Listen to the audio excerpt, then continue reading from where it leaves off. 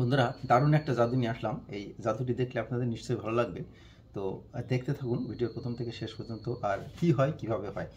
তো বন্ধুরা, যদি এই ধরনের জাদু আপনারা শিখতে চান তাহলে অবশ্যই কমেন্ট করবেন। আমি চেষ্টা করব আপনাদের এই জিনিসগুলো শিখিয়ে দেওয়ার জন্য।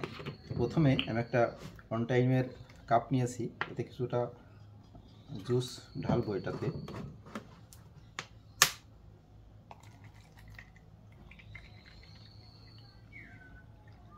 দেখছেন যে এটা আমি ঢালছি, এ পর্যন্তই থাক।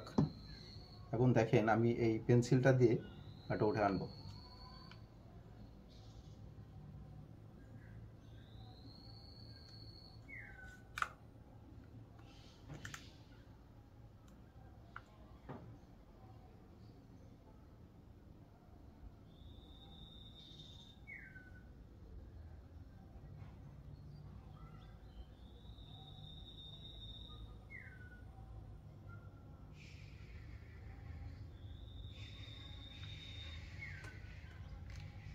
বন্ধুরা, এ ধরনের জাদু যদি আপনি শিখতে চান বা হাতের কলা কৌশল যদি শিখতে চান তাহলে কমেন্ট করবেন।